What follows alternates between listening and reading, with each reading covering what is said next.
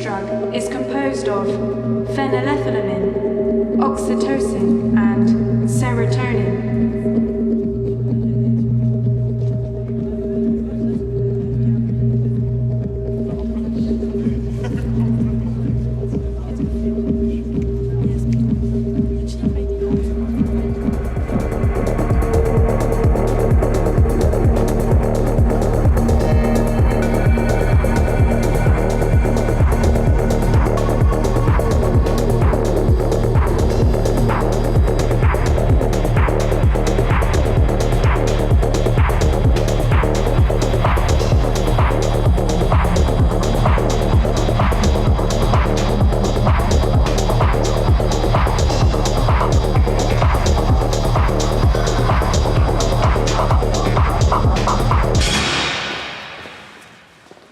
Numbers 3, 8, 10.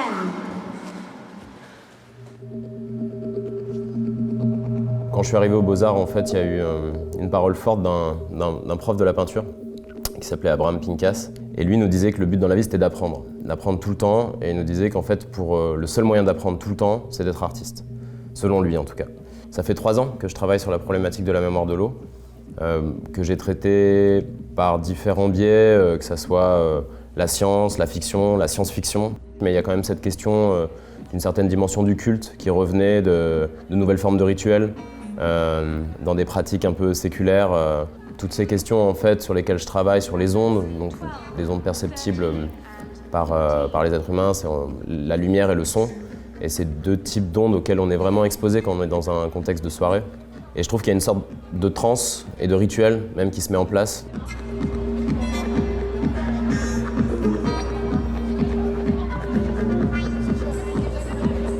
Il y a des influences de la science, des théories scientifiques qui ont amorcé le projet, à la base, scientifiques ou pseudo-scientifiques. Et il y a des influences de mise en scène qui peuvent venir du cinéma ou d'un certain rapport à l'image qu'on peut avoir aujourd'hui, du clip par exemple. Un film, ça se fait pas tout seul, c'est-à-dire qu'il y a beaucoup de gens derrière qui sont à l'écriture, à la réalisation, à la post-production. Toute la partie de l'expérience scientifique en fait, qui a elle aussi été accompagnée par plusieurs personnes, par plusieurs laboratoires. Il fallait déjà que le Fresnoy me suive sur cette question un peu épineuse. On a quand même fabriqué de la drogue, quoi, donc c'est un lieu public, le Fresnoy. Et que les laboratoires me suivent sur la question de la mémoire de l'eau. C'était le plus dur, ça, de leur côté, de trouver des scientifiques en fait, qui acceptaient de travailler sur cette thématique, alors qu'il y a un peu une fatwa scientifique sur cette question. Mes complices du côté scientifique étaient beaucoup plus intéressés par l'aspect artistique du projet. C'est-à-dire que c'était pas, ce qui les intéressait, c'était pas de refaire l'expérience de Benveniste, de Montagnier, c'était de se dire on participe à une œuvre d'art, en fait. C'est ça qui a permis d'ouvrir les portes de certains laboratoires. J'ai toujours accompagné toutes les expériences à toutes les étapes. Et c'est moi qui suis allé voir tel ou tel scientifique pour me renseigner sur quel psychotrope ou quelle molécule utiliser pour la fabrication de cette drogue. Et j'ai accompagné la fabrication, c'est moi qui ai fait les commandes sur le Darknet pour avoir certains produits. Voilà, j'ai été à toutes les étapes en fait, du processus. J'ai pas délégué cette partie. Alors le test dans le hangar, c'est ce qu'on voit dans le film. Donc l'idée au début, si on faisait une vraie expérience en double aveugle, il aurait fallu leur donner la substance mère et la substance homéopathique. Moi, j'ai pas voulu leur donner la substance mère pour le tournage, tout du moins, mais c'était plus un risque éthique finalement de donner quelque chose à des gens que j'ai fabriqué moi-même. Mais on va dire que mon objectif avant tout dans ce hangar, c'était de faire un film plus que de faire l'expérience. C'est-à-dire que l'expérience, on l'a menée en amont. Les gens en fait peuvent refaire l'expérience en téléchargeant les drogues via le Darknet, via l'URL qui est présent dans l'exposition. Alors les étapes de la réalisation de l'œuvre ont été en premier lieu de savoir comment fabriquer cette drogue, c'est-à-dire qu'est-ce que c'était biochimiquement que l'amour qu'on a commandé sur le Darknet. Et on a fait une sorte en fait, de cocktail de toutes ces drogues à partir de molécules pures que nous avaient données des laboratoires ou des choses récupérées sur le Darknet. Et à partir de ça, on a refait l'expérience justement dite de la mémoire de l'eau où on a fait des hautes dilutions, donc comme dans le procédé de l'homéopathie. Et après ces hautes dilutions, en fait, l'expérience dit que plus la substance est diluée, moins en gros il y a de traces moléculaires dans de l'eau, plus on retrouve une trace électromagnétique de cette molécule.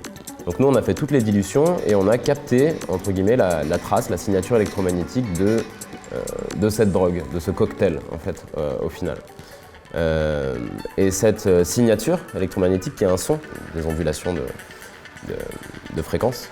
Donc une fois qu'on avait ça, il a fallu réfléchir après à un dispositif de mise en scène pour recréer une expérience, parce que tout ça était très immatériel finalement. Et donc là, c'est là où on s'est réunis avec une équipe pour écrire le film, choisir l'équipe technique, quel type d'image on voulait, quel type de mise en scène.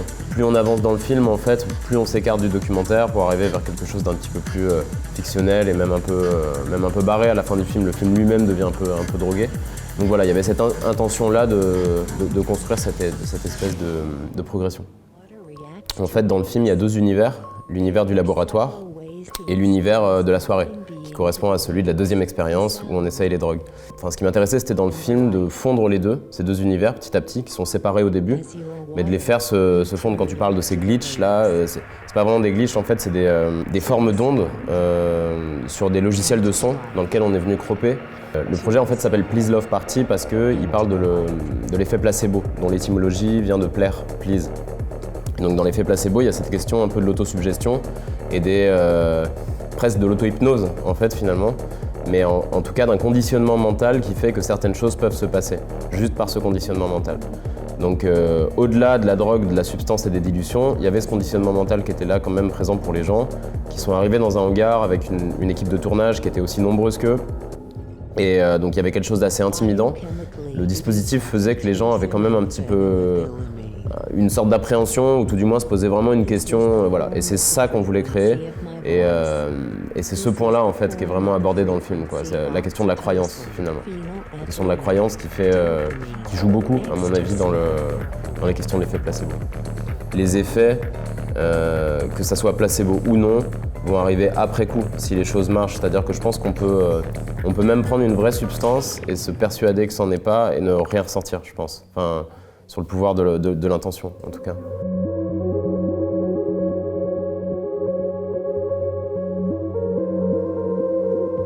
Is love a frequency?